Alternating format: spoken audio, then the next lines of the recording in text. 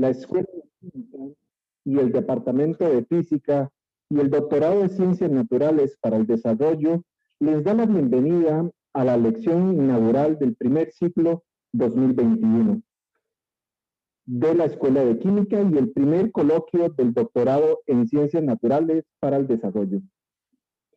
Con mucha alegría destacamos la estrategia institucional Regreso Gradual y Seguro a la UNE 2021, lo cual nos permite realizar esta lección inaugural desde el Auditorio Clodomiro Picado en el campus Omar Dengo en la ciudad de Heredia, Costa Rica.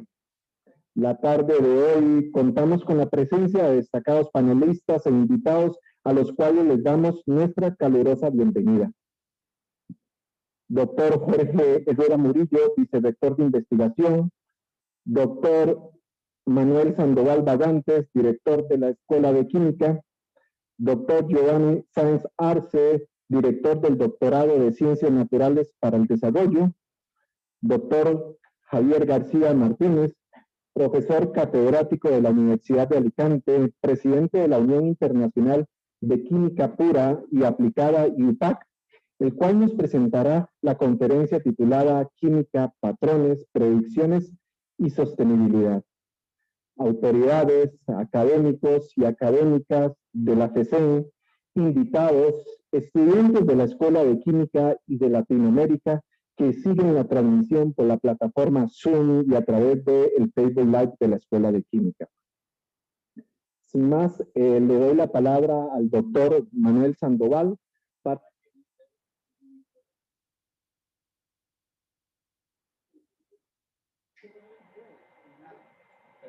Primero es el video del protocolo de seguridad del auditorio. Gracias. La Universidad Nacional les da la bienvenida al Auditorio Clodomiro Picado Cuau. Para su seguridad y la de las personas que se encuentran en este lugar, les solicitamos prestar atención a las siguientes recomendaciones. En caso de emergencia, por favor, mantenga la calma. No grite ni corra. Diríjase de forma ordenada hacia las puertas de salida. Dentro del auditorio Clodomiro Picado encontrará 5 posibles salidas. Todas están libres de obstáculos para su uso en todo momento. Preste atención a su alrededor. Ubique en este momento cuál salida se encuentra más cerca de usted e identifíquela como su ruta de evacuación en caso de emergencia. Una vez evacuado el auditorio, no reingrese hasta que las autoridades competentes se lo indiquen. Recordemos, no podemos saber cuándo ocurrirá una emergencia, pero sí podemos prepararnos para actuar antes, durante y después de ella. De esto depende su seguridad y la del grupo aquí reunido. Este es un mensaje de la Comisión Institucional para la Preparación y Atención de Emergencias de la Universidad Nacional.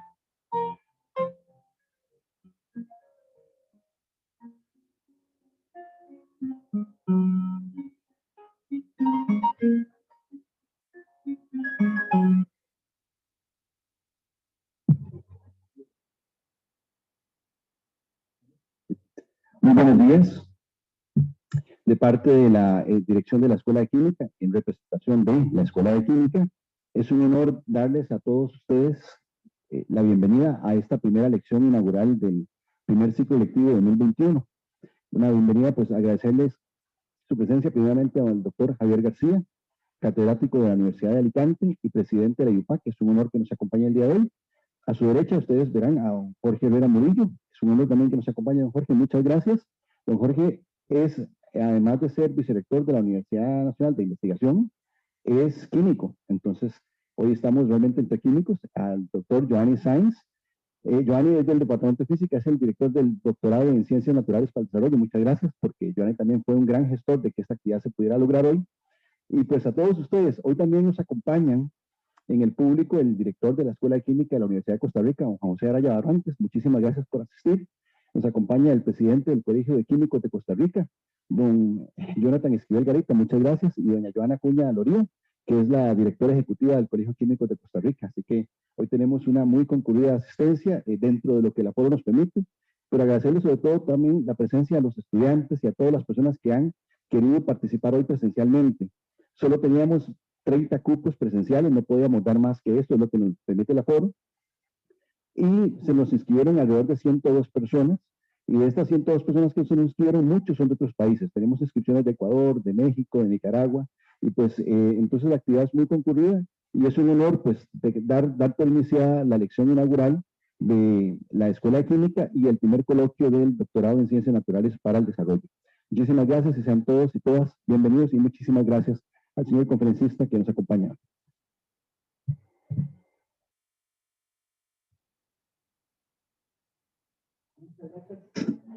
Muchas gracias a todos los presentes.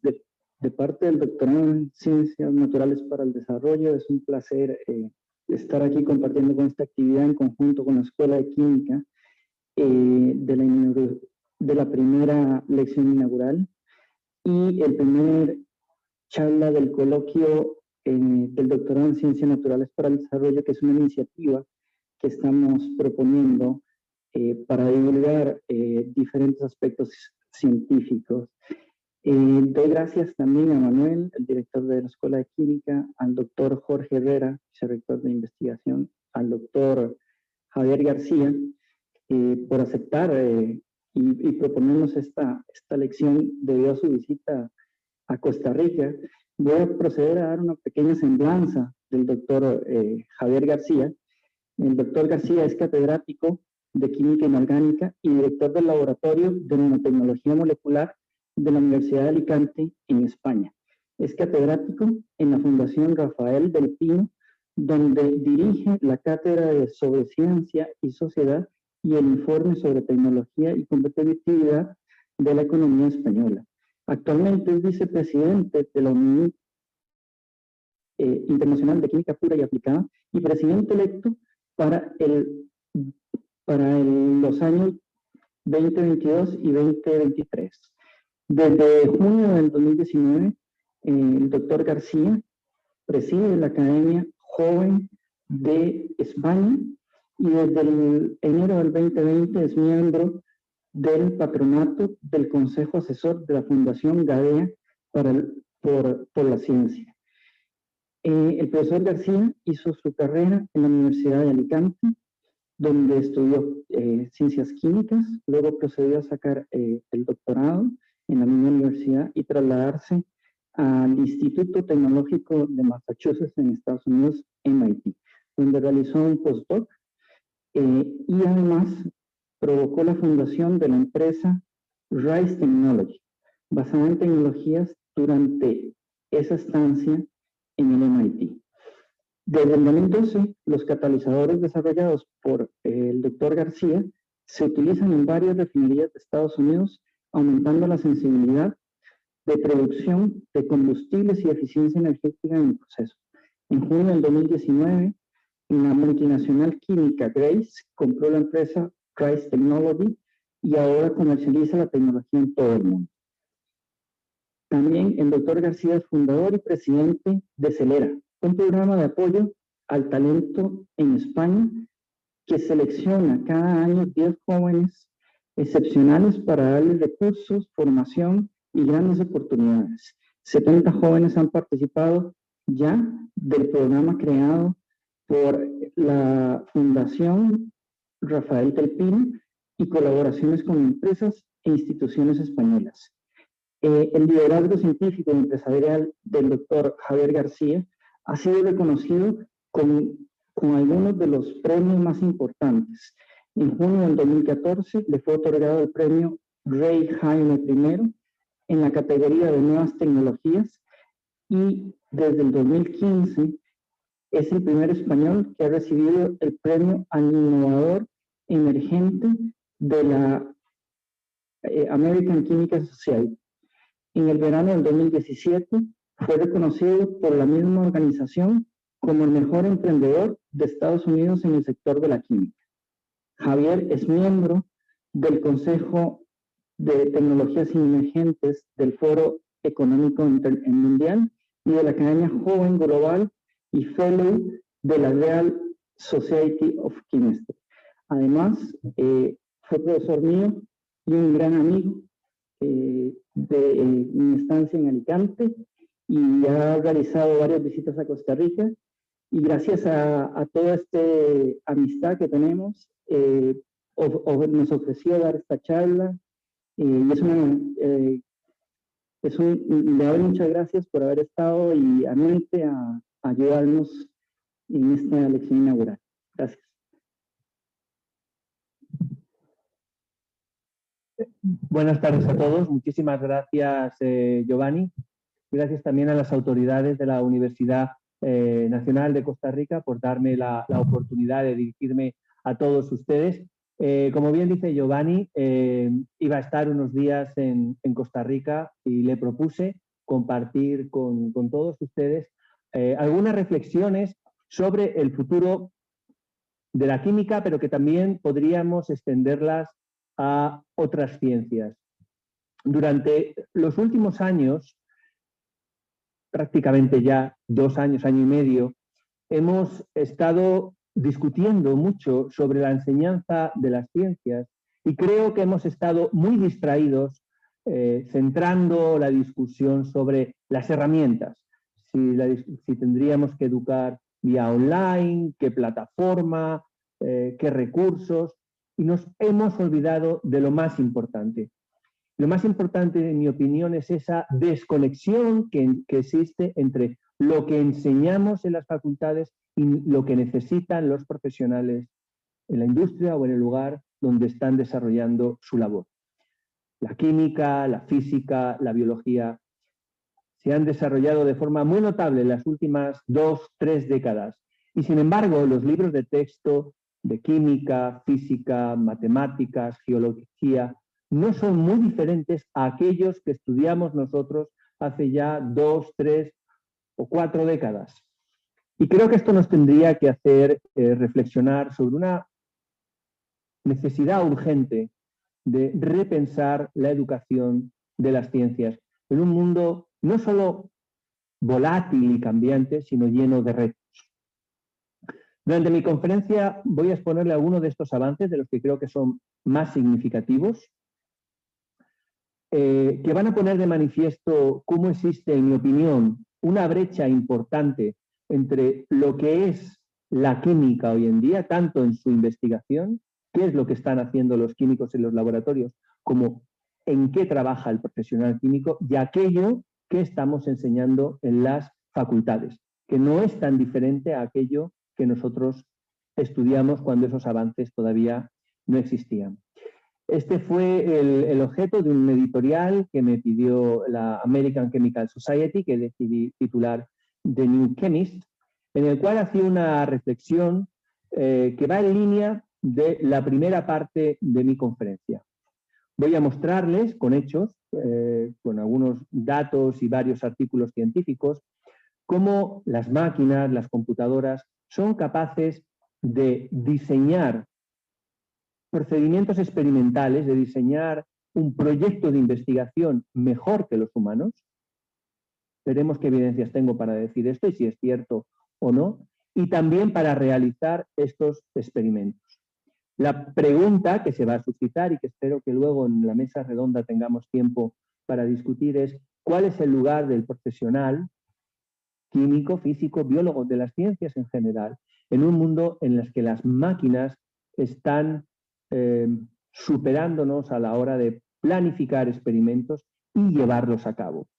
De alguna manera, los científicos pensábamos que estábamos protegidos de esta gran revolución que la digitalización y la robótica están impactando en otras industrias, por ejemplo en la banca, en la que tantos empleos se han perdido, o en la teoría de la industria del comercio. Voy a empezar con un vídeo que les puede sorprender, un vídeo que se llama The New Rembrandt. Un grupo de científicos de datos analizaron decenas de cuadros de este pintor, las digitalizaron, extrajeron toda esa información en forma de datos para analizar los patrones, los colores, las formas, las relaciones que ocurrían en estos cuadros, en estos retratos. Analizaron también la textura de los cuadros para investigar cuál era la pincelada que utilizaba Rembrandt. Y finalmente producir, gracias a impresión 3D, cuadros con la rugosidad propia de un Rembrandt. 347 años después de la muerte de Rembrandt, este es el Rembrandt que diseñaron, pensaron, podríamos decir, pintaron las máquinas, un Rembrandt que nunca pintó Rembrandt, pero que cualquier persona familiarizada con el autor podría reconocer como auténtico de esta persona. Y es porque tiene esos patrones que identifican a este maestro de la pintura. Me gustaría ahora también que escucharan esta pieza musical que les voy a poner a continuación.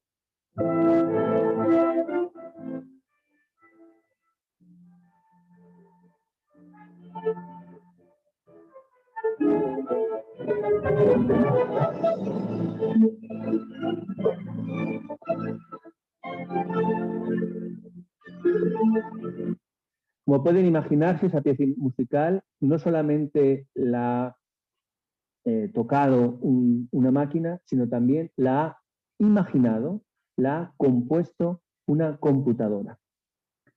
Bueno, no nos sorprende a día de hoy que las máquinas sean capaces de producir poemas, cuadros, las literarias, pictóricas, pero han sido capaces de superar el test de Turing, es decir, si a un experto le damos una pieza musical como la que les acabo de compartir y una de un autor humano, ¿seríamos nosotros los humanos capaces de distinguir la pieza musical de las máquinas de la pieza musical de los humanos? Bueno, pues ya no lo seríamos.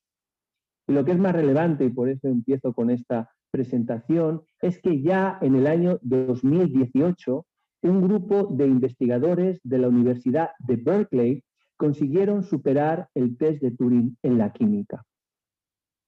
¿Qué quiero decir? Bueno, pues en este trabajo llevaron a cabo un experimento de doble ciego en el que se le pedía a las máquinas, a las computadoras, que diseñaran una ruta sintética para llegar a un producto determinado, de hecho a varios productos determinados.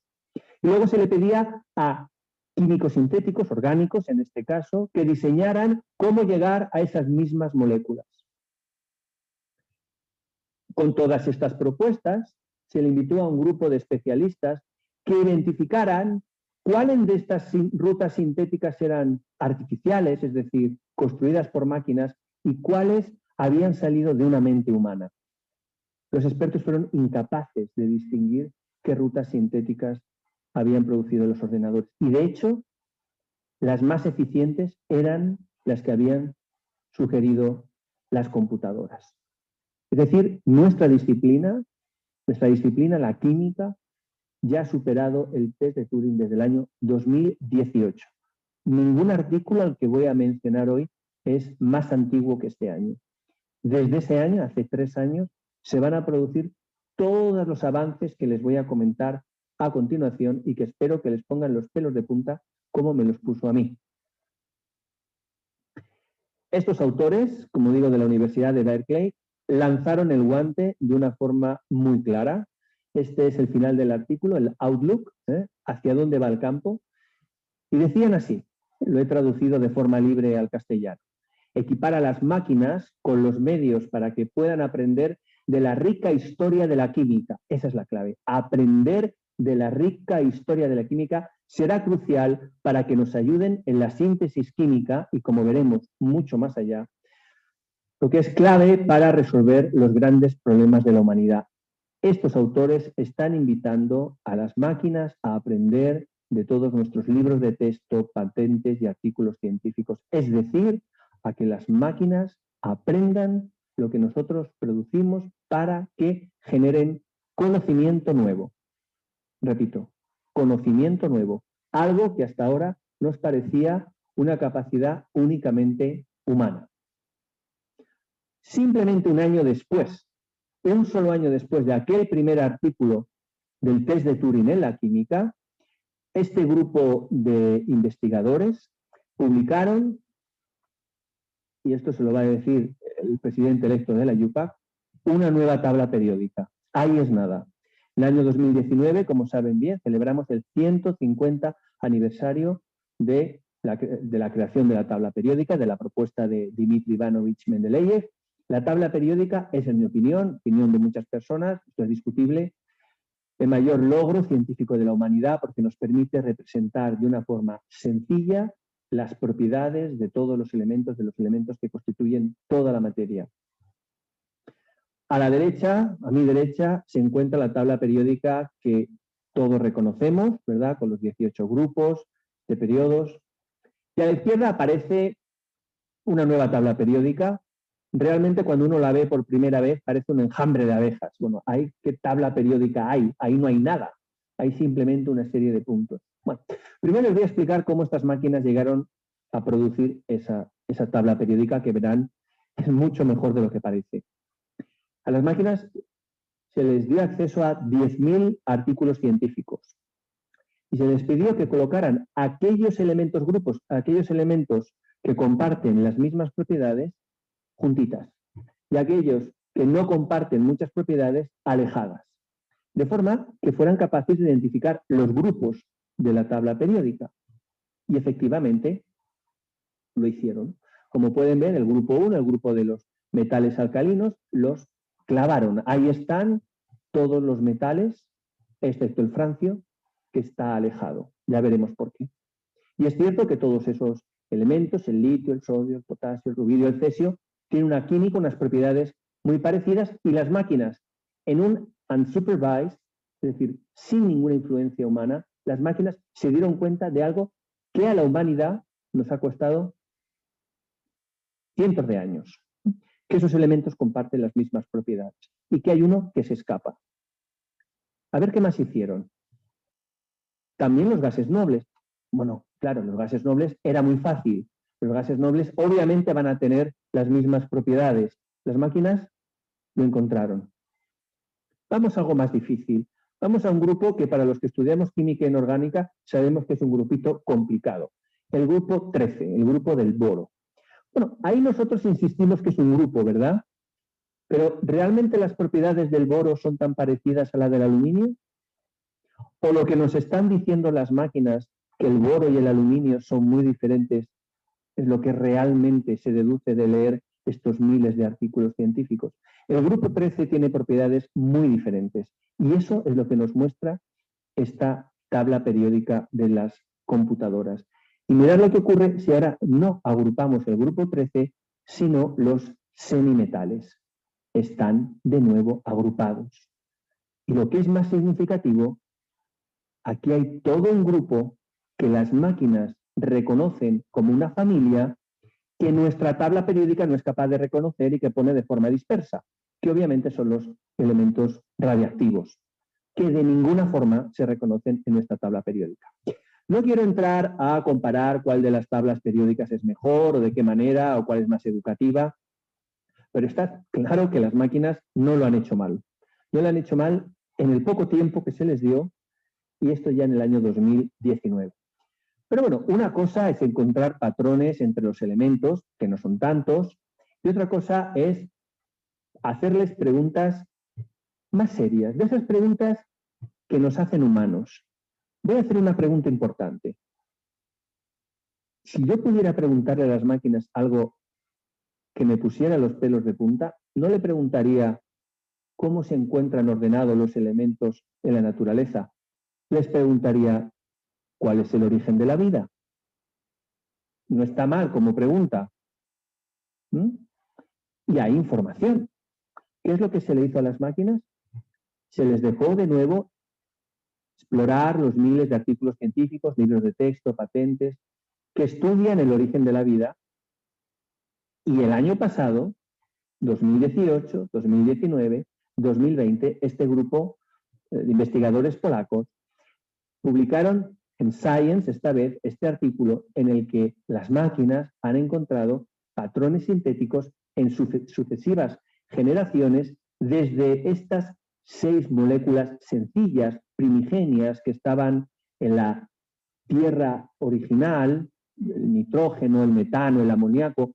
Aquí, por supuesto, a algunos nos vendrá el experimento de Miller a la cabeza, ¿verdad? No no nos extraña, pero aquí no es dar un chispazo y ver si se producen aminoácidos, no. Aquí las máquinas fueron capaces de encontrar las rutas sintéticas que han hecho capaz de la producción de estos ladrillos de la vida y además identificar aquellas que son estables, que son suficientemente polares para disolverse en agua, que forman enlaces por puentes de hidrógeno, como nosotros sabemos que es tan importante en la vida. Y por citarle solo 3 ejemplos de nuevo de este artículo de Science, paso a paso, ir desde la molécula de dinitrógeno hasta el ácido cítrico, que es tan importante en el ciclo de Krebs, por ejemplo. O, por ejemplo, la glicilglicina, la diglicina, el dipéptido más sencillo. O el ácido úrico, que es el producto del catabolismo de las purinas. O sea, moléculas centrales para la vida que las máquinas han sido capaces de decirnos paso a paso cómo se ha podido llegar desde estas moléculas primigenias. Yo no diría que las máquinas han respondido cuál es el origen de la vida, pero no está mal como un primer intento. No está mal. El reto va a ser qué preguntas le vamos a hacer a las máquinas a partir de ahora con toda la información que está accesible. Finales del año pasado, principio de este, se produjo uno de los grandes hitos de la ciencia de todos los tiempos, en mi opinión. No lo voy a decir más pequeño, creo que no es el mayor descubrimiento del siglo, que creo que es, comentábamos antes, CRISPR-Cas9, creo que ha sido uno de los grandes avances del siglo XXI, la edición genética, cuyos primeros pasos se dieron en la Universidad de Alicante por el profesor Francis Mójica, pero a la altura de ese descubrimiento está el plegamiento de proteínas. Gracias a las máquinas, hoy es posible predecir con enorme exactitud cómo se van a plegar las proteínas conociendo únicamente la sucesión de aminoácidos. Y no es un problema menor. Una proteína de tamaño medio puede plegarse de 10 elevado a 143 formas distintas. Resolverlo esto a fuerza es muy complicado. Obviamente aquí se utilizaron redes neuronales profundas y aprendizaje máquina. Lo voy a describir luego en un momentito. Pero esa fue la clave. Mirad, hoy conocemos que existen unas 200 millones de proteínas diferentes. Conocemos su estructura tridimensional para unas 170.000. ¿Qué hizo este grupo? Lo mismo. Le dio a las máquinas la secuencia de aminoácidos y la estructura tridimensional de estas 170.000 proteínas y le pidió que encontrara los patrones, no la ciencia que hay detrás, porque todavía no podemos predecir sin utilizar a la máquina, sino los patrones ocultos que hay en esa sucesión de aminoácidos para averiguar cómo se van a plegar. Esto fue un esfuerzo de AlphaFold, un grupo de investigadores, DeepMind, que empezaron en 2018 pero acabaron en el año de la pandemia 2020, y entre la predicción y la estructura resuelta por cristalografía, estos investigadores han conseguido unos aumentos en la predictibilidad realmente increíbles, mayores del 90%. De nuevo, lo que hicieron fue comparar las estructuras de esas 170.000 proteínas para las cuales se conoce su cristalografía, alimentar a la máquina y en azul predecir cómo se iban a plegar. Y este es el momento, en la presentación, el webinar en el que están compartiendo los resultados realmente espectaculares, en la que prácticamente se superpone la estructura predicha y aquella medida. De nuevo, algo que parecía literalmente imposible. Creo que los biólogos o los bioquímicos de la sala se dan cuenta del enorme reto que suponía el plegamiento de proteínas, algo que nos parecía imposible de predecir, y las máquinas son capaces de llegar a predicciones superiores al 99%. Bueno, esto que les he comentado es solamente parte de la historia. Cómo las máquinas nos pueden ayudar a predecir, a encontrar patrones. Pero ¿qué pasaría si además las máquinas fueran capaces de llevar a cabo esos experimentos? Aquí les pongo un robot. Este robot lo traigo aquí, es de una feria. Lo voy a llamar el robot del siglo XX, porque yo no me refiero a esto. Esto es cuando digo robot, lo que la mayoría de personas tenemos en mente, ¿verdad? Un brazo mecánico que es capaz de llevar a cabo predicciones, operaciones sencillas. Este es el robot al que yo me estoy refiriendo. Este robot de la Universidad de Liverpool, en el Reino Unido, es capaz de llevar a cabo todas las operaciones de laboratorio, desde la síntesis, caracterización, purificación, separación, análisis, incorporando las muestras en diferentes equipos, como los que tenemos en cualquier laboratorio. Y no solo eso, sino una vez concluido el experimento, enviar los resultados a las computadoras que le van a sugerir los nuevos experimentos que tiene que llevar a cabo. Esto es cómo trabaja. Este es el resultado, en este caso, un hecho del año 2021, de este mismo año. A Mobile Robotic Chemist. ¿En qué consiste este trabajo? Muy sencillo. Al robot que acaban de ver se le dieron todas esas moléculas, dicho de una forma muy sencilla, y se le pidió que llevara a cabo experimentos para mejorar la eficiencia de ese catalizador. Y como ven, en cuestión de una semana multiplicó por 10 la eficiencia de un catalizador que ya era muy bueno para la hidrólisis del agua, la generación de hidrógeno. Hombre, a mí esto me pone nervioso. Hay tesis que no dan resultados iguales. Y aquí son 7 días.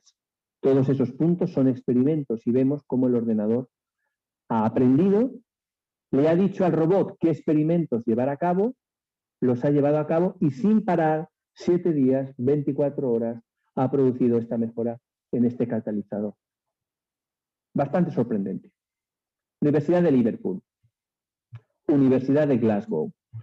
Unos años antes, en un artículo que a mí me parece realmente elegante por lo sencillo que es de explicar, de nuevo, por lo que nos dice sobre el futuro, el grupo del profesor Leroy Cronin, en la Universidad de Glasgow, llevó a cabo un experimento para comparar la habilidad de los ordenadores, computadoras y de los humanos para explorar el campo químico, es decir, para explorar todas las condiciones sintéticas que nos llevan a producir mejores compuestos, en este caso polioxometalatos. Ahí aparecen pues, las diferentes moléculas que se les dio al robot para que llevara a cabo los experimentos. Y fijaros qué elegante es este artículo, qué sencillo. A la máquina se le permitió que hiciera 10 experimentos. Una vez los llevaba a cabo, se le daba la oportunidad de revisarlos, analizarlos y proponer 10 experimentos nuevos, y esto se hizo 10 veces. En total se hicieron 100 experimentos. Cada 10 experimentos la máquina tenía la oportunidad de analizar, repensar y proponer nuevos experimentos. A los humanos exactamente igual. Los humanos podían hacer experimentos, a los 10 experimentos se analizaba, se pensaban, se proponía nuevas acciones, se llevaban a cabo 100 en total. Y luego, al azar, vamos a hacer experimentos a ver qué es lo que nos sale. Y este es el resultado, que no deja muy bien a los humanos. Y es que los humanos, y esto lo sabemos bien, tenemos sesgos, hipótesis previas, limitaciones en lo que sabemos, y llevamos a cabo experimentos muy parecidos, condicionados por la forma en la que nosotros entendemos el problema. Los ordenadores son mucho mejores a la hora de proponer experimentos que barran todas las posibilidades. Esta combinación del ordenador, de las computadoras, de proponer mejor los experimentos y de los robots de llevarlos a cabo, nos ponen ante una situación compleja. Esto podemos preferir no verlo, no es algo cómodo que traer aquí, pero creo que es importante para que nuestros estudiantes lo conozcan, para que los profesores seamos conscientes de ello y también para que no nos sintamos en la torre de marfil de la ciencia como una actividad tan puramente humana en la que nunca nos vamos a ver retados, apartados o sustituidos. Es posible que los desempleos y la revolución que ha surgido en otras industrias por la digitalización, la automatización y la robótica también nos llegue a la ciencia.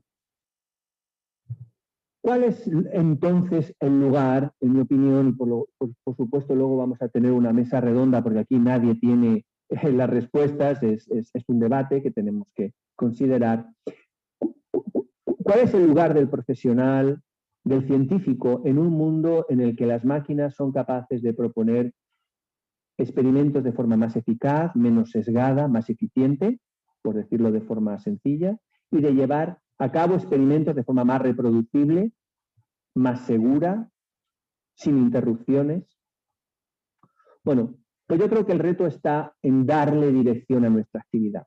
Y a partir de ahora lo que me gustaría es conducir la conversación hacia bien. Tenemos mayores herramientas que nos van a suponer también desafíos, pero podemos darle dirección a la acción de la ciencia.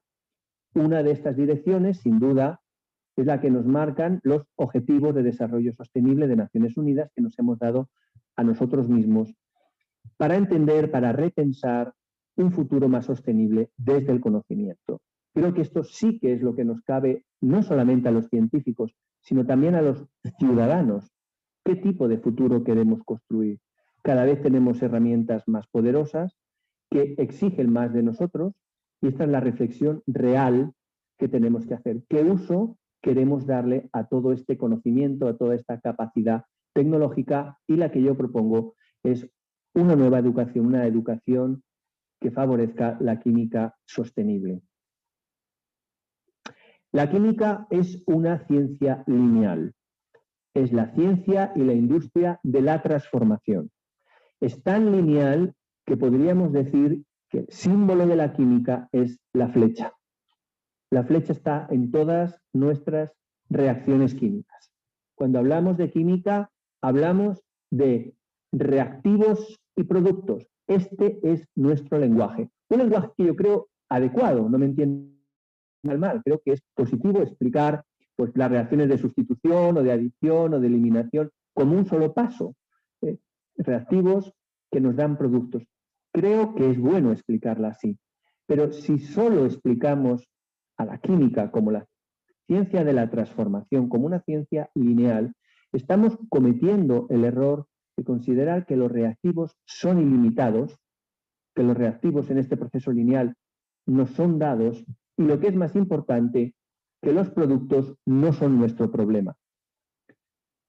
La química es una ciencia y una industria lineal y la naturaleza es circular.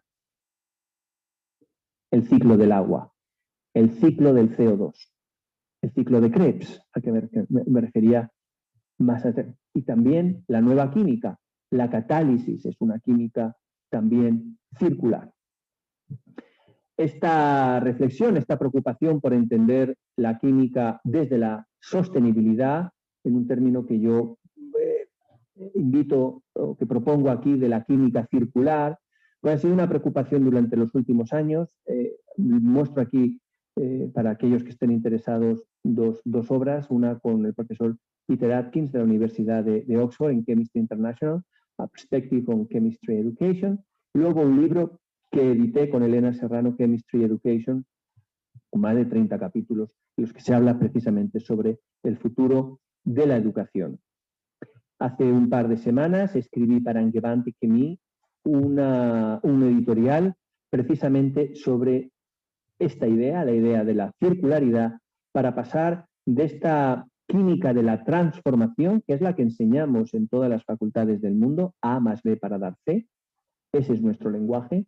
Todo el mundo reconoce la sencillez de esa ecuación y que creo que está bien en algunos casos, pero que transmite una idea detrás de que los recursos son ilimitados y que la química al final es una ciencia, una industria de la extracción, la transformación, finalmente la emisión. Creo que no es aceptable. Creo que tenemos que ir hacia una química de la reutilización, una química que esté diseñada a escala molecular, esta es la clave, una química que esté pensada, diseñada a priori para que pueda ser reutilizada. De forma que C no sea cualquier producto, sino un C que se pueda reutilizar. Todo esto que les estoy comentando de A, B y C, de que las flechas sean circulares, puede parecer que sea un ejercicio simplemente académico. Qué bonito sería si C se pudiera volver a convertir en A y que nuestros productos fueran la materia prima o nuestros residuos, la materia prima de una nueva química. Pero no tiene nada de académico. Por un lado, es urgente.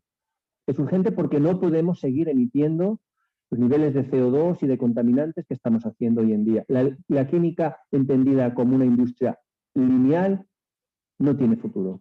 Y por otro lado, es porque encontramos, y ahora les voy a comentar algunos artículos de estos 2-3 últimos años, cómo es posible diseñar procesos circulares. Y digo diseñar porque para que exista química circular debemos pensar las moléculas para que puedan reutilizarse. Creo que este es uno de los mejores ejemplos. ¿Por qué? Porque hoy tenemos un gran problema con los plásticos. Los plásticos están diseñados para que no puedan reutilizarse. En general, queremos que los plásticos tengan una vida útil larga, que tengan buenas propiedades, no para que después de un tiempo se me desintegren. ¿De acuerdo?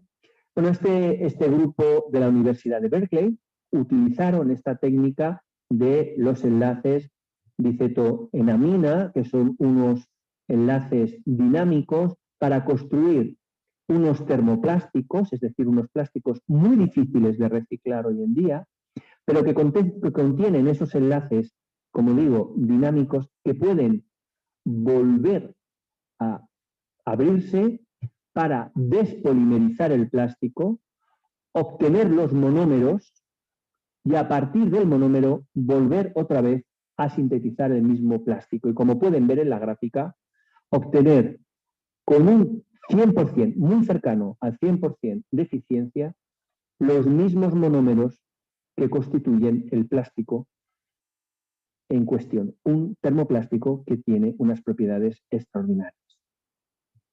Pero si hay un plástico, el que tengo aquí en mi teléfono móvil, que aparece también en la pantalla, que es un problema para reciclar, es el polietileno de alta densidad. ¿Por qué? Porque está diseñado para que sea irrompible, que dure siempre, es decir, para que sea lineal, para que A más D me dé C y nada más, y C sea permanente. Como pueden ver, el polietileno de alta densidad es una cadena larga que no tiene ningún punto para reciclarlo. El reciclaje de esa cadena es químicamente muy costoso. Bueno, este grupo de la Universidad de Constanza, en un Nature de este mismo año, lo que hizo fue diseñar este mismo polímero, este mismo plástico, con puntos de ruptura, pensando ya en que después de varios usos queremos despolimerizarlo para obtener los monómeros de vuelta y poder reutilizarlo. O sea, yo no quiero plásticos que sean biodegradables, es decir, que vayan otra vez a la naturaleza y se degraden. No, no. Yo quiero plásticos que sean reutilizables, que pueda obtener de nuevo los monómeros y utilizarlo una y otra vez. Y como pueden ver aquí en la gráfica, espero que se vea con claridad, con un tratamiento simplemente de solvólisis con etanol y calentando un poquito, estos monómeros se rompen, los recuperamos y podemos volver a preparar el mismo plástico con las mismas propiedades mecánicas, porque ha sido concebido, diseñado a escala molecular para que el proceso sea circular. Esto es precisamente a lo que yo me refería anteriormente. Sobre este tema escribí para Scientific American en el año 2019 con esta idea de diseñar, que yo creo que es donde está el valor del profesional químico, en pensar cuál es el problema, en identificar una solución más allá de la búsqueda bibliográfica, sino ponerse grandes retos. Y este diseño de la química circular para resolver la polución por plásticos. Y les traigo ya a la tecnología que destaqué para Scientific American el año pasado, hace unos pocos meses, en noviembre del 2020, una química completamente nueva, una química que está soportada, que está llevada a cabo únicamente con luz solar. Un avance también hacia una química más parecida a la naturaleza, en la que nuestra fuente de energía sea el sol. De nuevo, esto puede parecer un sueño académico, qué bonito sería que produjéramos todo lo que necesitamos solamente con luz del sol. Bueno, primero es urgente que lo hagamos y segundo, es posible. Y nada mejor que mostrar con un vídeo lo que hoy se puede hacer.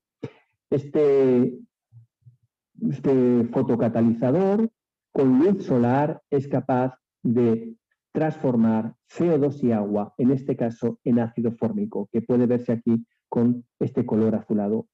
Lo único que ocurre es que estamos iluminando con luz solar.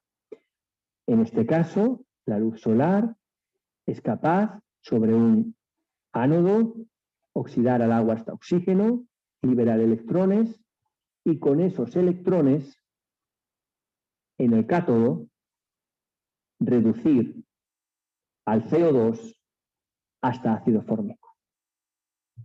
Esto es una maravilla. Esto es casi lo más parecido a lo que podemos hacer imitando la fotosíntesis de las plantas. Parece magia. Por traerles aquí un ejemplo más concreto que no sea hacer ácido fórmico, quiero destacar este artículo de Energy and Environmental Science, en el que utilizan, y esto sí que parece magia, CO2 y agua para producir ya no ácido fórmico, un solo carbono, sino metilglioxal, 3 carbonos, 2 oxígenos, vemos que es una molécula mucho más rica, que se utiliza como materia prima, y también el furanodiol, otra molécula muy interesante desde el punto de vista de molécula plataforma, que nos puede ayudar a depender menos del petróleo para producir plásticos, resinas o productos farmacéuticos. No me resisto a introducir aquí esta figura de este artículo porque es paradigmático de la química circular a la que me refería anteriormente. ¿Ven? En el ciclo entra CO2 y con corriente eléctrica se forma ese grupo hidruro sobre la superficie del electrodo. Hidruro y CO2, el hidruro obviamente se genera con energías renovables, forma en este caso el formato sobre el electrodo que posteriormente no se queda en formato, es decir, la forma básica del ácido fórmico, sino que pasa a formaldehído, finalmente da con la entrada de la molécula del agua el metilglioxal y posteriormente con la entrada de más CO2, en este caso como ácido carbónico, produce la ciclación y finalmente el furanodiol. En un proceso cerrado, en el que solamente entra CO2 y agua y salen moléculas con 3 y 4 átomos de carbono. Traigo aquí también este artículo, no solo por lo claro que es la química circular y lo bien diseñado que está y lo sorprendente de lo que pueden producir con CO2 y agua, sino porque también han llevado a cabo, han fundado una empresa, Renew CO2, en Rackets, en la Universidad de Rackets, en Nueva Jersey, en Estados Unidos, y en esta empresa fabrican y venden estos productos químicos que fabrican a partir de CO2 y de agua. Es decir, no es un sueño, no es un artículo académico con unos rendimientos muy bajos, sino que están fabricando estos productos y los están vendiendo, obviamente, a un precio suficientemente bajo como para que sea interesante. El emprendimiento en el sector químico y en general en la ciencia va a ser uno de los elementos más transformadores de este siglo. Y este es uno de los paradigmas que quiero compartir con ustedes para abrir la mesa redonda. Hoy en día, en mi opinión, tenemos por un lado enormes descubrimientos científicos. Algunos ni siquiera llegan al dominio público. No sé cuántos conocían los artículos a los que yo me he referido, que en química hubiéramos superado el test de Turing, o la capacidad de las máquinas de producir la tabla periódica o responder o a contribuir a responder a preguntas como el origen de la vida. Por un lado tenemos avances que nos ponen los pelos de punta, que nos sorprenden. Y por otro lado tenemos necesidades cada vez mayores. La pandemia ha sido un buen ejemplo de cómo dependemos de la ciencia para resolver nuestros grandes problemas, pero sin duda cambio climático y pérdida de biodiversidad falta de recursos, escasez de agua, van a ser también los problemas del futuro. Y tal y como lo veo yo, en la actualidad existe un gran abismo entre estas dos comunidades. La comunidad de quien hace el descubrimiento y la comunidad de aquel que lo practica. ¿Quién nos puede ayudar a recortar este abismo? El emprendedor. Es decir, aquella persona que hace el descubrimiento y que quizás no lo vaya a implementar, pero va a dar los pasos suficientes para proteger esa propiedad intelectual, para minimizar el riesgo de la tecnología, para escalarlo, para ver cuál es la economía de ese descubrimiento, de manera que haya empresas que puedan invertir. Y con ese esfuerzo, que en la mayoría de los casos va a ser un fracaso, pero que va a producir un conocimiento, de esa manera, ¿qué es lo que logramos? Acortar el tiempo que requiere desde que se produce el descubrimiento hasta que esa tecnología está al alcance de todos. Aquí les voy a comentar lo único de lo que les voy a hablar de lo que trabajamos nosotros. He preferido, bueno, lo hablé con Giovanni, que quería darles una visión un poquito más amplia. Hay mesa redonda, me parecía que era más interesante un debate sobre el futuro de la profesión. Pero sí que quiero traerles el ejemplo de la empresa a la que hacía referencia antes Giovanni, la empresa que fundé en Rife Technology, porque nuestra visión es aplicar la nanotecnología a una de las industrias más contaminantes y más conservadoras, que es la industria del refino de petróleo. Las refinerías son responsables del 7% de todas las emisiones de CO2, es algo insostenible. Y lo que hemos hecho nosotros ha sido producir, generar porosidad amplia, grandes canales, autopistas moleculares, para que los hidrocarburos, incluso los más pesados, puedan viajar libremente por el interior de los catalizadores que se utilizan en el refino de petróleo y transformarse de crudo en gasolina, diésel y otros productos como olefinas de alto valor añadido, sin que se genere CO2. El CO2 que desactiva los catalizadores y que hay que eliminar quemándolo y, por lo tanto, generando grandes emisiones de CO2. Un esfuerzo que nos llevó muchísimo tiempo y combinando microscopía de transmisión electrónica con difracción de electrones, pudimos describir, conocer e incluso representar la estructura tridimensional de estos catalizadores, de estas zeolitas que contienen esos canales a los que hacía mención anteriormente, que contribuyen a un mejor uso del recurso y a la reducción de las emisiones de CO2. Para animar a aquellos que quieran o que se estén planteando dar el salto al emprendimiento y la aventura de crear una empresa a partir de un descubrimiento científico, le voy a decir que cuando yo empecé no teníamos absolutamente nada, dejé el confort y los privilegios que supone estar en MIT con todo tipo de recursos y irme a Oklahoma, a un barracón al que no podía llamar laboratorio, que habían dejado vacío y que nos alquilaban a un precio muy bajo. Y cuando digo barracón, me refiero exactamente a un barracón. Esto es como lo encontramos al principio. Pero yo quería estar allí, en ese lugar, en Oklahoma, porque allí estaba esa persona, Marvin Johnson. Ese viejito, ese pensionista que ven ahí, que efectivamente se había jubilado y que buscaba otro reto para seguir trabajando, tenía más de 250 patentes a su nombre. Y yo sabía que si quería comercializar mi descubrimiento, tenía que trabajar con alguien que conocía bien la industria. Y por eso me fui allí y trabajé con él durante unos años, sin ganar ningún dinero, perdiendo mucho y tiempo, para validar esos descubrimientos que hicimos en el laboratorio, esas imágenes tan bonitas que les mostraba antes, y con esos datos conseguir suficiente financiación, y fue mucha porque es un proceso caro el que estamos hablando, construir un laboratorio en el que fuimos capaces de producir suficiente catalizador para hacer pruebas a escala piloto, un laboratorio que sí ya reúne todas las especificaciones de seguridad y de calidad que son necesarias para convencer a las grandes empresas y a las grandes refinerías a utilizar nuestra tecnología. Y esta gráfica, que es la única con datos que les quiero mostrar, pues no me resisto a compartirla porque los datos son realmente muy importantes.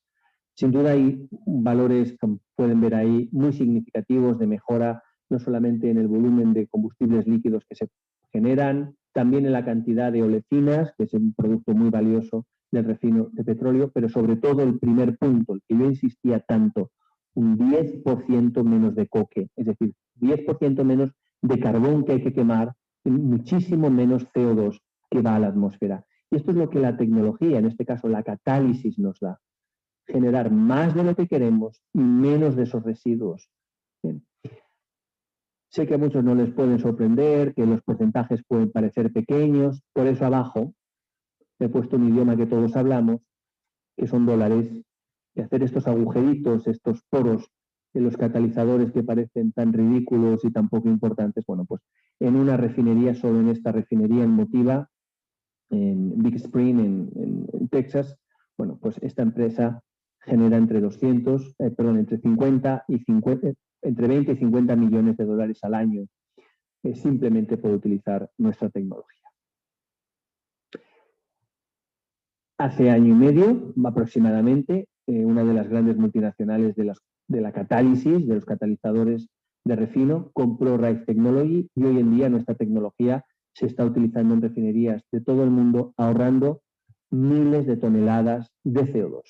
Y eso es lo que la tecnología puede hacer. La tecnología, la buena tecnología, genera, por un lado, beneficio económico, es decir, produce más de lo que queremos, y reduce las emisiones, menos de lo que no queremos. Por eso es tan importante que la tecnología esté al servicio de los objetivos del desarrollo sostenible. Y finalmente, me voy a poner ahora mi gorro de la UPAC, les quiero comentar, compartir qué es lo que estamos haciendo desde la Unión Internacional de Química por todo esto, por todo lo que les hemos comentado, con el énfasis en la educación. Lo primero que les quiero comentar es lo siguiente. Yo sé, y veo que hay estudiantes en la audiencia, que cuando digo UPAC, lo primero que a uno le viene a la mente es la formulación, la nomenclatura química, la terminología, y nos echa a todos mucho para atrás, y primero a mí, porque algunos de los retos que tenemos hoy en día en terminología son muy complejos. Yo sé que la primera vez que uno escucha la palabra UPAC está asociada a la nomenclatura y echa para atrás. Pero la UPAC es una familia de entusiastas por la química. Y por eso quería ponerle esta imagen, para que se queden con esta imagen de la UPAC, de hombres y mujeres de todo el mundo, que de forma entusiasta trabajan sin descanso, puedo decirlo así, perdiendo tiempo y dinero para que hoy en día la química tenga un lenguaje. No es cosa menor, es más. La UPAC ha permitido que la química, igual que la música o las matemáticas, tengamos un lenguaje común más allá de la lengua materna en la que nos estemos expresando. Todas las moléculas que han visto durante mi presentación, he intentado que sean pocas, serían las mismas si estuviera dando esta conferencia no en Costa Rica, sino en China, o en Francia, o en Alemania, o en cualquier otro país del mundo. Y es que las reacciones químicas, el lenguaje de la química es universal, y fue una de las principales razones para crear la UPAC hace ahora 102 años. No teníamos un lenguaje. Cuando intentábamos comerciar, no sabíamos cómo nombrar las sustancias. Una cita muy famosa de Kekulé, cuando tenía que enfrentarse a formular el ácido acético, que no es precisamente el más complejo, y había 12 nombres distintos que se utilizaban en la bibliografía para formular el ácido acético. No podía desarrollarse la industria química ni la química como ciencia sin tener un lenguaje común. Y esto es gracias a la UPAC. Luego hacemos muchísimas más cosas. Generamos datos. Miren ustedes, las constantes de equilibrio no están en el Génesis, ni las constantes de toxicidad en el Evangelio de San Juan. Para conseguir datos hay que ir y trabajárselos, no están en los libros. Hay que entrar al laboratorio y medir cuál es el peso atómico, cuál es la abundancia isotópica, las entalpías, todas estas cosas que te dice el alumno. Profesor, no recuerdo el peso atómico del cobre. Bueno, esas cosas, hay gente que entra en el laboratorio y dedica su vida para que tengamos todos esos libros llenos de datos de solubilidad, constantes de equilibrio, de acidez, los pKsubs, todas esas cosas aparecen gracias al esfuerzo de voluntarios de la IUPAC que no cobran y ponen todos esos datos a disposición de todas las personas. Tenemos un enorme compromiso por la educación. Una de nuestras revistas es Chemistry Teacher International, donde publicamos los mejores avances, las mejores estrategias para la enseñanza de la química, y también organizamos el gran congreso sobre educación química todos los años. Tenemos un programa precioso, que son el programa de Flying Chemistry, de volar, de viajar a los educadores químicos, y esto lo hacemos porque en muchos países del mundo no tienen un buen currículum, no tienen un buen programa en la enseñanza de la química, y nos piden ayuda y nosotros enviamos profesionales que nos ayudan a generar los programas de grado, de maestría y de doctorado en química en países que, como digo, no tienen profesionales capaces de hacerlo, y nosotros se lo hacemos de forma voluntaria y totalmente gratuita, y nuestros profesionales van sin cobrar en su tiempo a ayudar a estos países, y de aquí pues quiero reconocérselo. Hemos creado también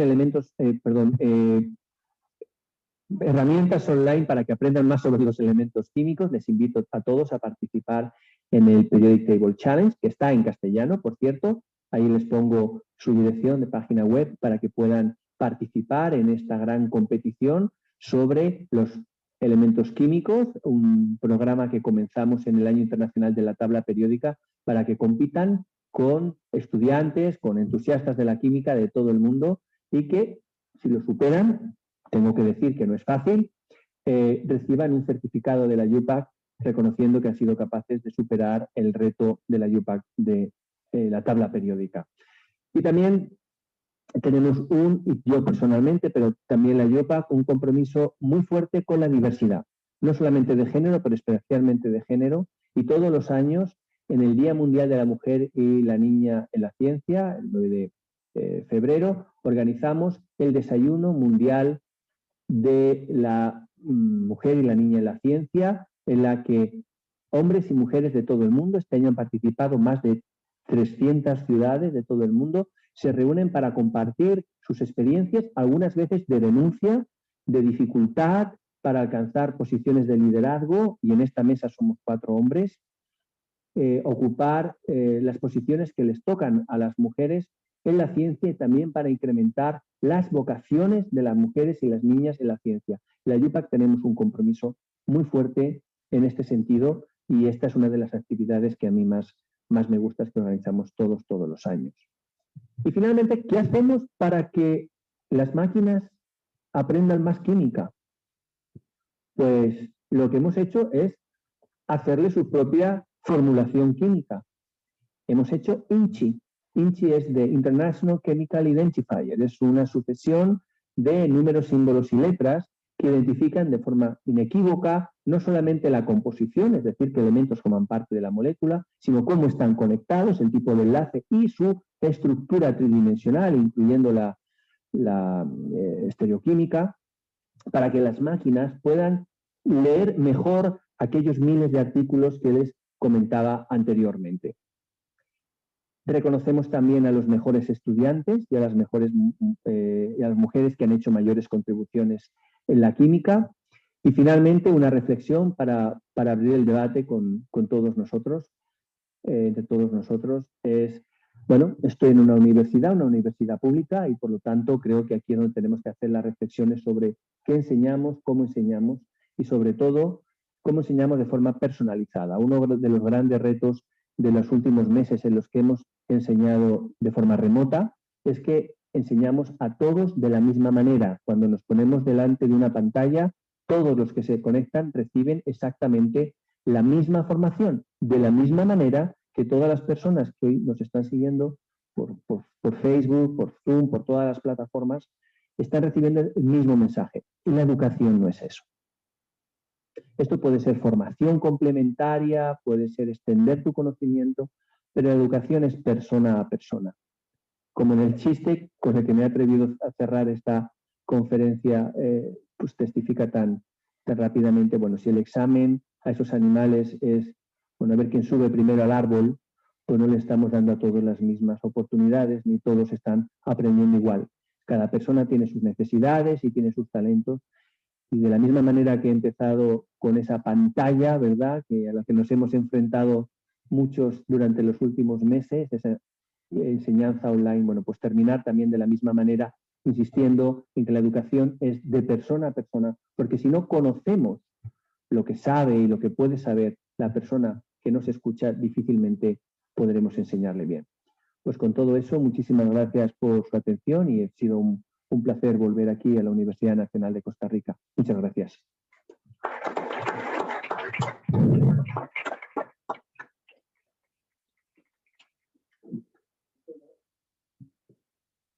Muchas gracias al doctor Javier García por la lección inaugural. Abrimos el espacio al señor vicerrector para que dirija este espacio.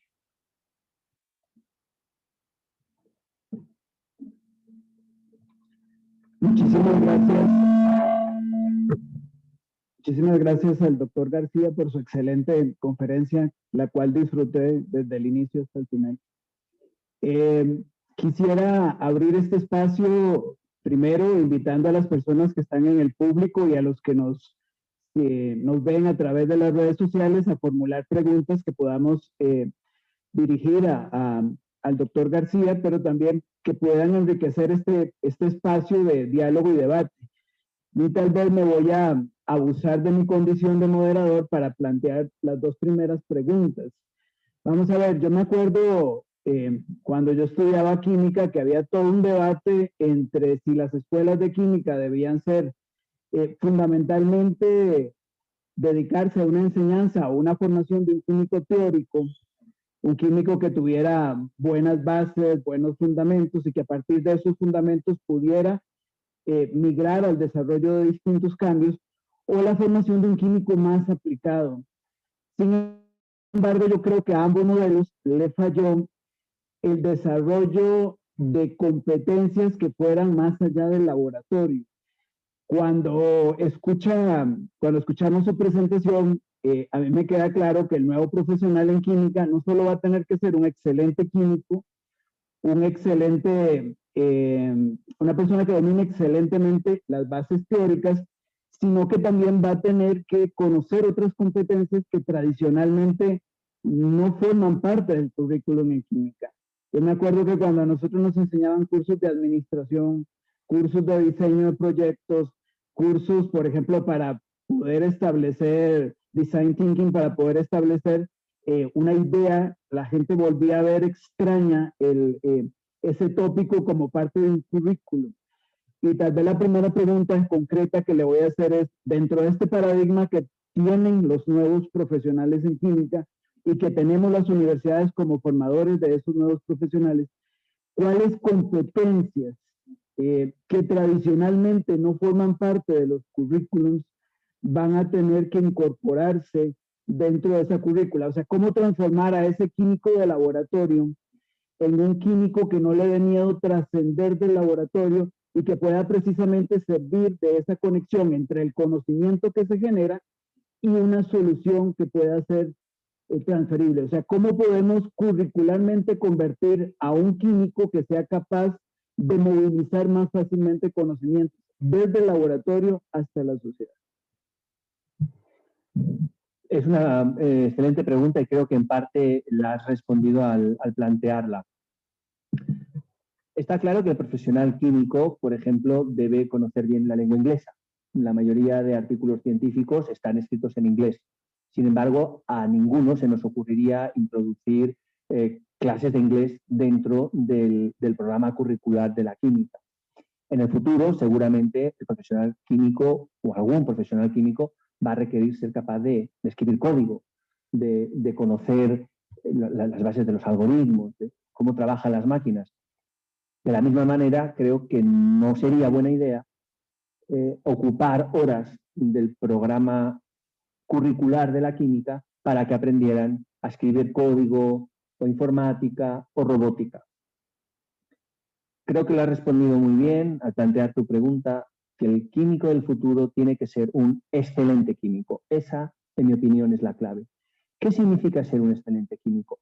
Creo que ahí es donde está la respuesta. Un excelente químico es el que tiene una buena base de la química, es decir, el que sabe muy bien los fundamentos, es decir, la vieja escuela, conocer bien pues, las principales reacciones, los grupos químicos, tener unas buenas bases, pero también ser consciente de hacia dónde va su disciplina.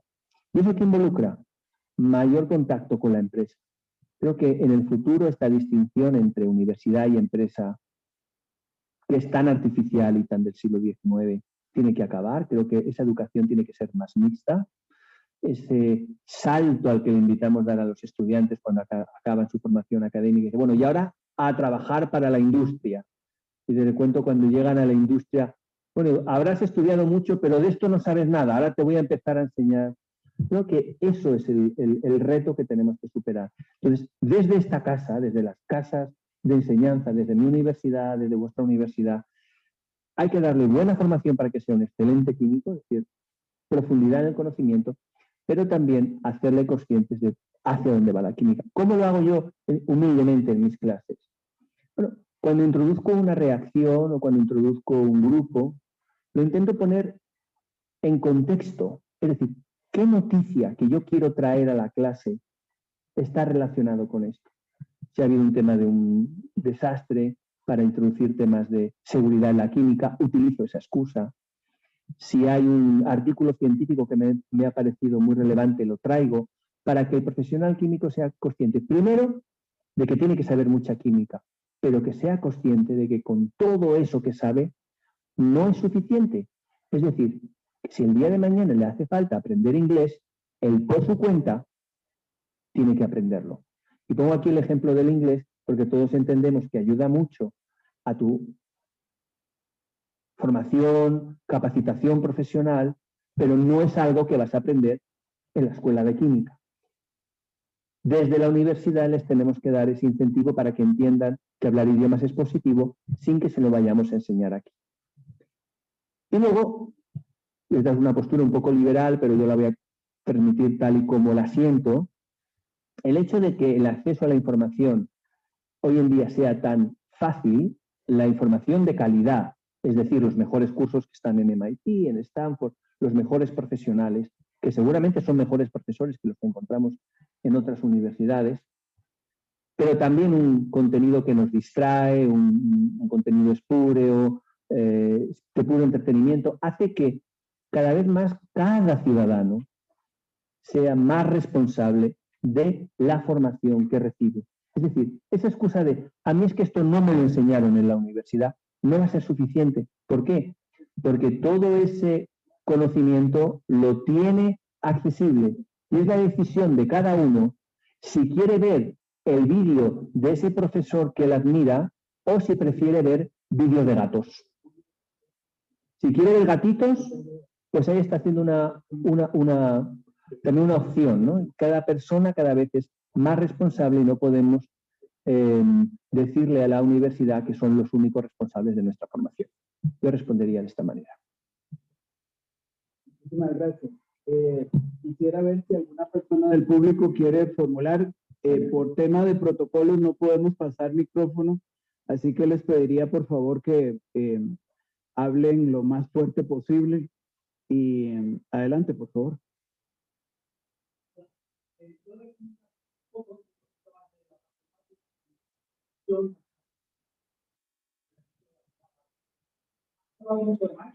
Sí.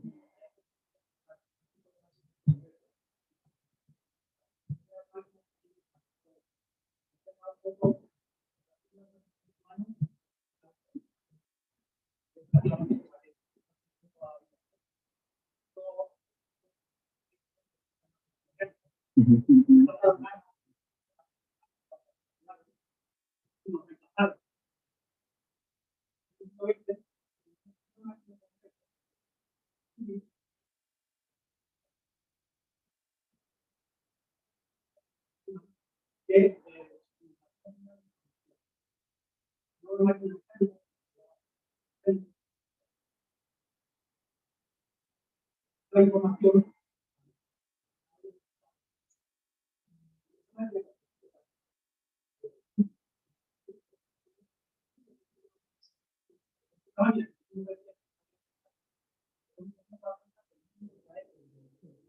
Bien. Entonces no debería sorprendernos mucho que las máquinas nos superen en todo lo relativo a la información. Y las tareas que has mencionado tú de la ciencia, que tienen mucho que ver con tener mucho conocimiento, identificar patrones y optimizar esos patrones o averiguar cuáles de esos patrones son más óptimos, es una tarea típicamente que hace una máquina de Turing.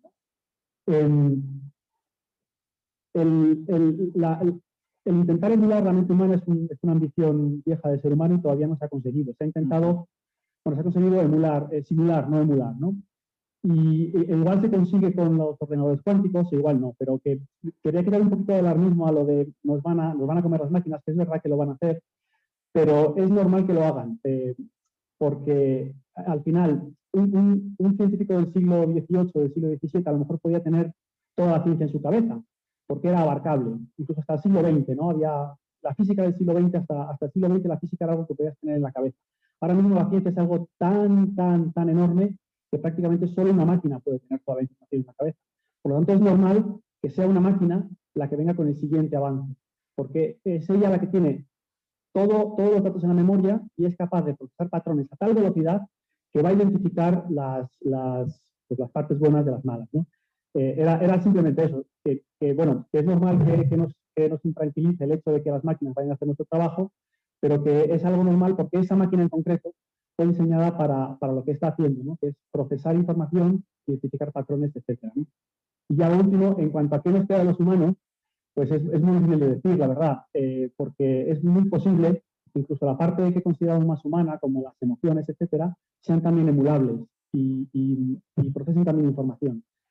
Yo creo que no nos debería preocupar tanto lo que nos deja de hacer humanos, sino intentar, con la ayuda de las máquinas, que al final las hacemos nosotros y las programamos nosotros, y en una cooperación máquina-humana, conseguir hacer un mundo mejor, más humilde, etc. No es una pregunta, simplemente una reflexión. Muchas gracias. Pero vamos, que si quieres comentarlo. No, estoy de acuerdo, no hay nada diferente a lo que dices, está muy bien. ¿Alguna otra pregunta de parte del público? Adelante, don Gilberto. Sí,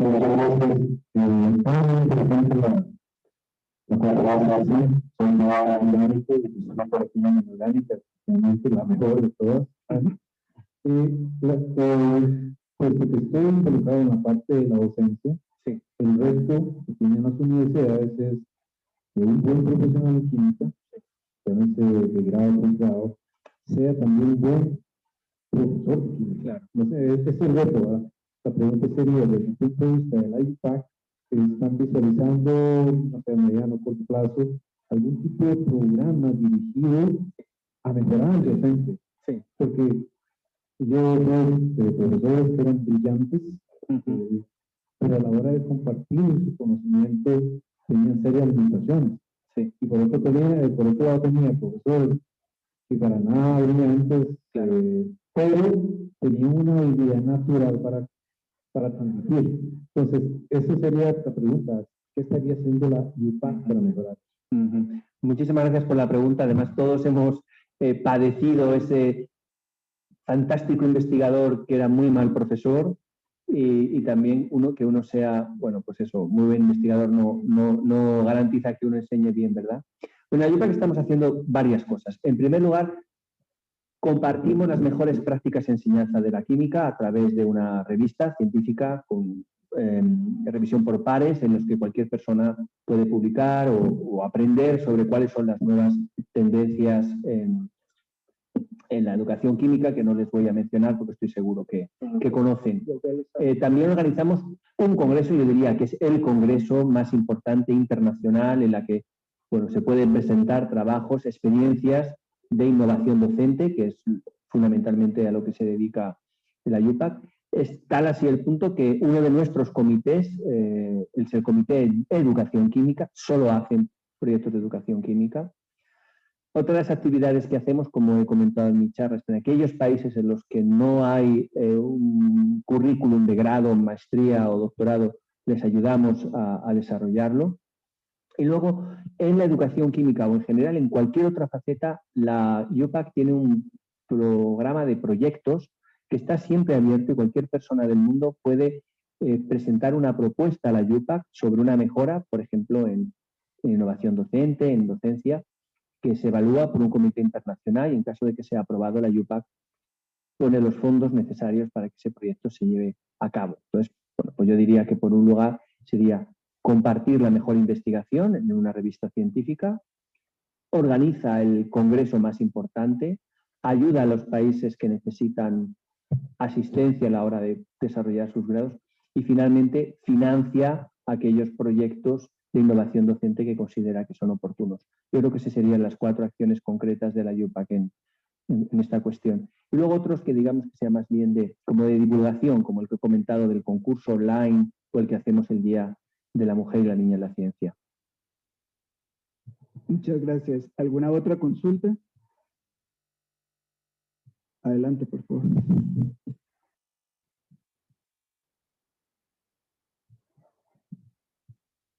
Gracias. ¿Qué tal vez recomendaciones prácticas se podrían tomar para poder doblar la flecha, ¿verdad? Como decíamos, de una forma circular, en países en vía de desarrollo, donde la brecha a veces, lo que hablábamos, ¿verdad? Industria, academia a veces es más grande. Sí. Entonces, ¿qué recomendaciones prácticas se podrían tomar? Sí.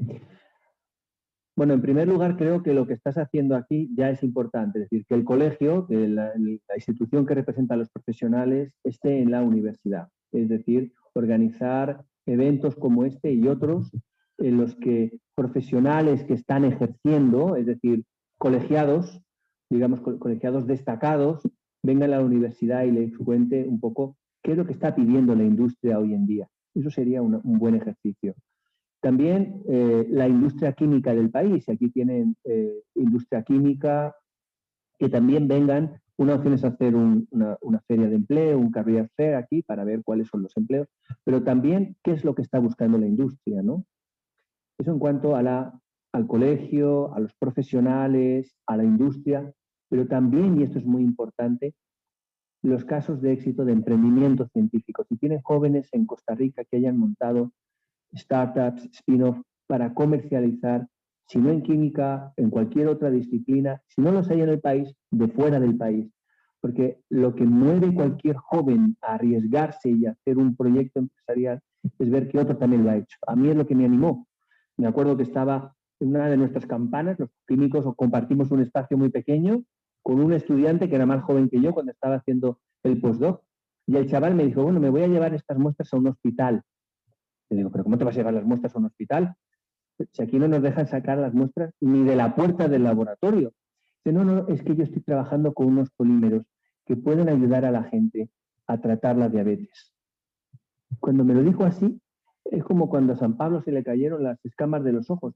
Vi de qué iba esto. Dije, es que va de esto. Lo que hacemos aquí en este espacio pequeño puede ayudar a que la gente viva mejor o viva más o tenga empleo. Entonces, creo que traer aquí ejemplos de éxito o incluso de fracaso sería muy importante, ponerlos como referentes.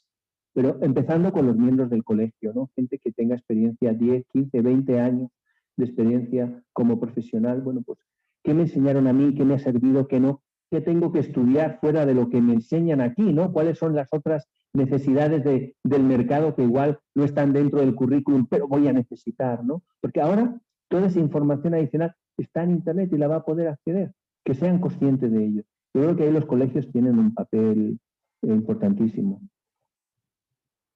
Vamos a proceder a dar espacio a preguntas que se han formulado desde las plataformas de Zoom y desde las redes sociales. La primera pregunta la hace don Óscar Eduardo Rojas y dice lo siguiente.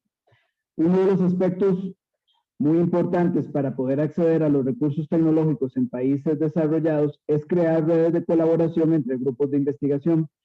Sin embargo, el acceso a recursos de última tecnología para países en vías de desarrollo está restringido. Y me refiero a la destinación de recursos, posición en ranking de las universidades, convenios con empresas.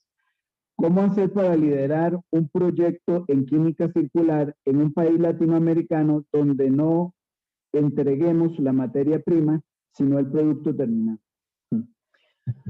Bueno, me imagino que habrá convocatorias propias del Banco Interamericano y demás que yo desconozco. Yo les voy a hablar de lo que hacemos desde la UPAC. Como he mencionado anteriormente, la UPAC tiene una convocatoria siempre abierta, eso sí, muy selectiva, con un panel internacional, pero cualquier persona, cualquier estudiante, cualquier investigador de cualquier país del mundo, incluso de países que no son miembros de la UPAC, es decir, que los países miembros financiamos a aquellos que no son países miembros, pueden presentar un proyecto.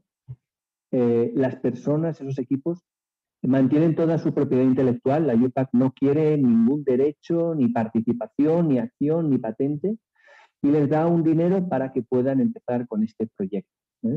¿Qué ventaja adicional tiene? Y creo que entiendo bien la pregunta, no es tanto un dinero, sino acceso a grandes infraestructuras, correcto. Pues, lo bonito, en mi opinión, de estos proyectos de la UPAC es que exigen que sean multinacionales. De manera que aparte de la persona que lo lidera, que viene con esta idea, es necesario también que haya personas de otros países que pueden proporcionar esos recursos, esos equipos, que de otra manera esa persona no va a tener. Ahora, para ser sinceros, hay más peticiones que posibilidades. Hoy lo sabemos muy bien, estoy viendo la equipación que tienen aquí en la universidad. Son equipos muy caros y el tiempo es muy limitado. Es decir, cuando alguien pide acceso a equipos de otras personas que son costosos, tiene que ir con unas propuestas científicas muy, muy valiosas. Pero si realmente la idea, la propuesta lo amerita, hay sin duda mecanismos, seguro alguno yo desconozco, pero la UPAC tiene una convocatoria completamente abierta y creo que este año por la pandemia no vamos a cubrir todo el fondo que tenemos. O sea que yo animo a cualquier persona que vaya a nuestra página upac.org, nos visite y solicite un proyecto. Gracias. La siguiente pregunta la plantea Julián Hernández también por redes sociales. ¿Cómo lograr una óptima conexión de la teoría con la industria, teniendo en cuenta que la industria requiere cumplir con parámetros de calidad y no permiten salir de lo establecido? Siguiendo con lo anterior, más que con las empresas, son los entes reguladores los que no permiten hacer un cambio o proponer mejoras u optimización de procesos. Bueno, parece más una opinión que una pregunta, pero voy a reflexionar un poco. Hay una regulación que está muy bien, a que yo apoyo, que son regulaciones, por ejemplo, medioambientales, de seguridad, que incluso tienen que ser más exigentes, en mi opinión.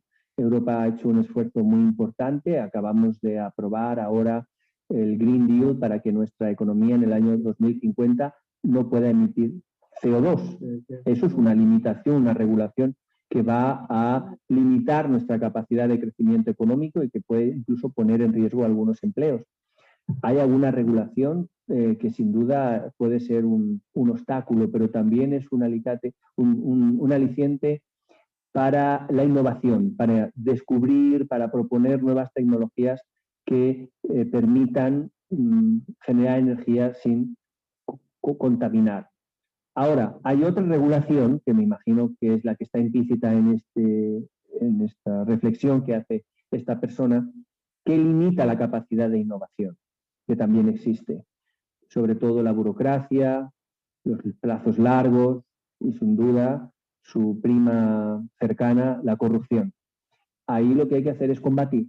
Ahí no hay más acción que la política, y si hay en algún país en los que las personas vean que la regulación pues es contraproducente, burocrática o incluso favorece la corrupción, pues ahí solamente hay un camino, que es el camino político, pero obviamente a mí eso se me escapa y pues ni siquiera sé de qué país nos hacen la pregunta, pero yo le animo a que aproveche la regulación que favorece y aquella que sea negativa, pues que promueva las acciones necesarias para su cambio. La siguiente pregunta dice establece lo siguiente. Como químico trabajando del lado de negocio e inversiones, me identifico con el mensaje de don Javier de la necesidad de una mayor comunicación entre los científicos y las empresas. Como inversionista es un reto encontrar startups que usen estas tecnologías. Sin embargo, en muchas ocasiones la comunidad científica es más estrecha y conoce de estos desarrollos que el inversionista desconoce. Como miembro de la IUPAC y emprendedor, ¿qué comunidades científicas se pueden explotar más fácilmente para encontrar estos emprendimientos? No podría estar más de acuerdo con esta pregunta. Realmente los inversionistas tienen problemas para encontrar proyectos que sean realmente atractivos y en parte es porque muchos científicos vemos a los inversionistas como una fuente de financiar nuestros proyectos de investigación, no como una forma de devolver el retorno de esa inversión. Los inversionistas privados no tienen ninguna obligación de favorecer la ciencia del país, sino lo que quieren es un retorno. Y sin duda encontrar esos proyectos que merezcan la pena es dificultoso. Pues, por un lado está el reto de los inversionistas de encontrar proyectos que merezcan la pena y por otro el del universitario, del investigador, de generar proyectos que realmente puedan devolver ese retorno. En la IUPAC también, por hablar de algo de lo que yo sé, a lo que represento, tiene también un comité de química e industria cuya misión fundamental es crear este espacio de diálogo entre investigadores e industria, de forma que por lo menos conozcamos cuáles son las necesidades de estos inversores, hacia dónde van esas oportunidades y los investigadores pues, conozcan también hacia dónde pueden ir. Habiendo dicho todo esto, y también para que no se me malentienda, yo soy un gran defensor de la investigación movida por la curiosidad, que tiene que estar apoyada por recursos públicos. Eso no me cabe ninguna duda. Pero creo que nuestro reto fundamental, al que yo me he referido, es a que estas dos comunidades pues, dialoguen más, trabajen más estrechamente, para que el tiempo que tardamos entre hacer el descubrimiento y que se ponga en marcha sea lo más corto posible. Pero sin duda, sin una ciencia básica, fundamental, de calidad, apoyada con recursos públicos, pues no vamos a avanzar. Los países más ricos del mundo no invierten más en ciencia porque estén más convencidos o más comprometidos con la ciencia. Lo hacen porque es muy buena inversión. El retorno en ciencia fundamental es una enorme inversión y por eso los países que más apuestan por ciencia son aquellos que tienen las patentes y que tienen, como diríamos en España, no sé si tiene aquí la misma expresión, la sartén por el mango. Tienen mayor capacidad de control. Entonces, pues eso, es encontrar este equilibrio entre la inversión privada, que tiene que tener un retorno, y esa es un poco la llamada a aquellos investigadores que van a los financiadores para que les financien un proyecto sin nunca contemplar que eso es dinero privado que tiene que retornar, y por otro lado también pues, poner en valor la investigación fundamental, que es un compromiso de los países no por el beneficio de la ciencia solo, sino también porque eso es lo que hace los países libres y dueños de su propio destino. Yo quisiera concluir con una pregunta que también me voy a tomar la atribución de hacer. Por supuesto. Vamos a ver, en los últimos años diversos países, incluido el nuestro, han desarrollado planes o estrategias para apostar por la sostenibilidad como un modelo real de desarrollo. Inclusive el país acaba de lanzar su Estrategia Nacional de Bioeconomía, donde hace una apuesta muy fuerte a corrientes que plantean un uso sostenible de la biodiversidad, pero también una apuesta importante por la economía circular. Tal vez mi pregunta es, ¿qué tan rápidamente se está posicionando la química circular como dentro de ese mapa de procesos y líneas de sostenibilidad? Y sobre todo porque generalmente los químicos somos buenos trabajando en los laboratorios, pero no somos tan buenos en la agenda de gestión y en la agenda de política. A nivel internacional, ¿cómo se está posicionando la química circular? ¿Con qué velocidad se está posicionando? Y si realmente está reconocida políticamente como una herramienta clave para los modelos de sostenibilidad de muchas economías.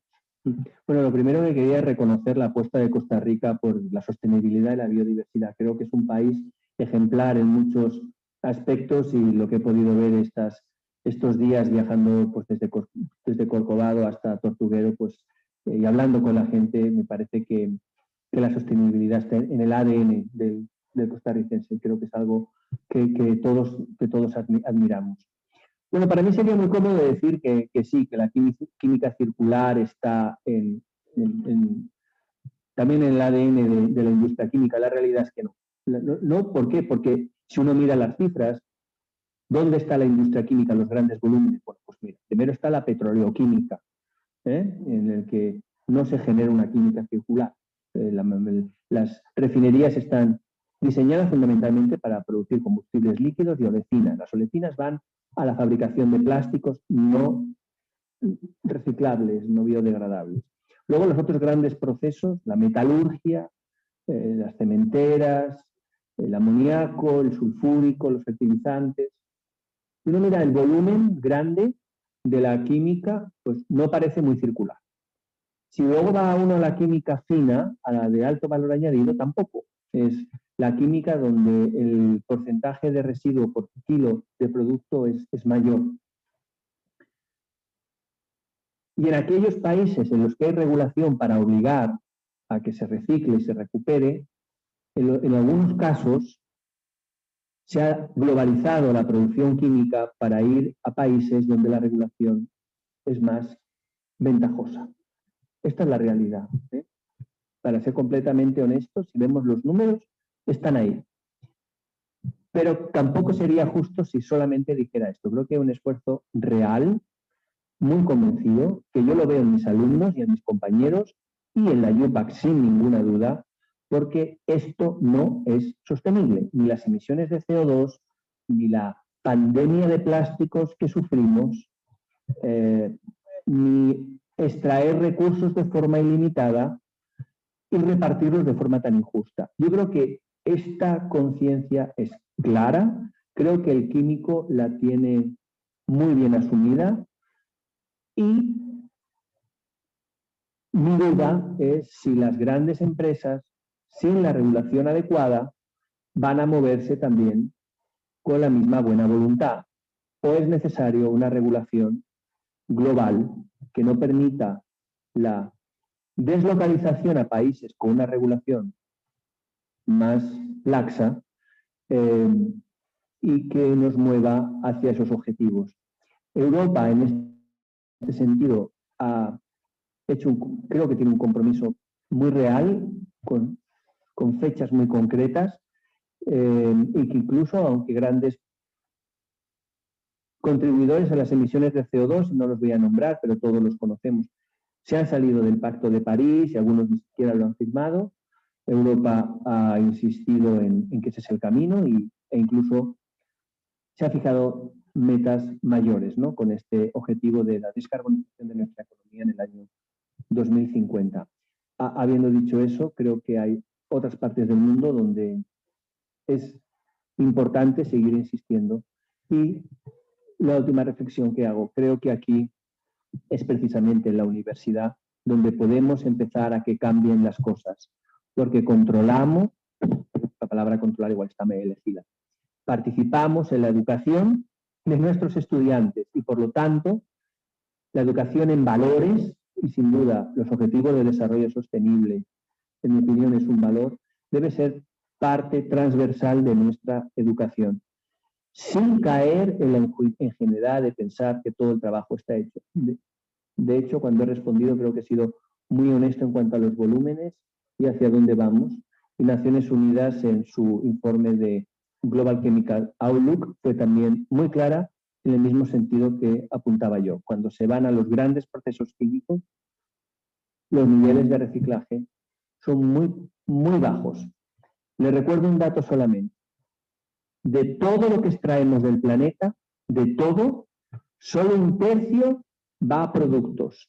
2/3 son residuos o emisiones. 1/3 aprovechamos. Y de ese tercio, solo un 9% lo reciclamos. Esa es la realidad de los números. ¿Creo que vamos a hacer mejor, que podemos hacerlo mejor? Sí, pero estamos todavía lejos de ese objetivo. Muchísimas gracias. Doctor, en nombre de la Universidad Nacional, de la Rectoría, de la Facultad de Ciencias Exactas y Naturales, tanto de la Escuela de Química como del Departamento de Física y el doctorado en Ciencias para el Desarrollo, quisiéramos entregarle un reconocimiento simbólico de un certificado por la charla que usted ha impartido el día de hoy y sobre todo por la gentileza de que nos haya visitado y que haya compartido con nosotros su disertación. Muchísimas gracias. Muy amable. Muchísimas gracias.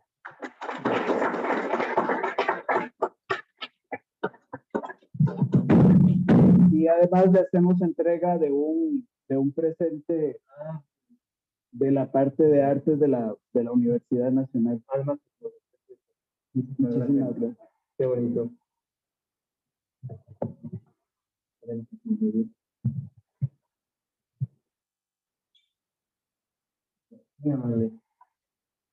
A todas las personas presentes y a aquellos que nos sintonizan por redes sociales, quisiera expresarles el agradecimiento y desearles a todos y todas muy buenas tardes.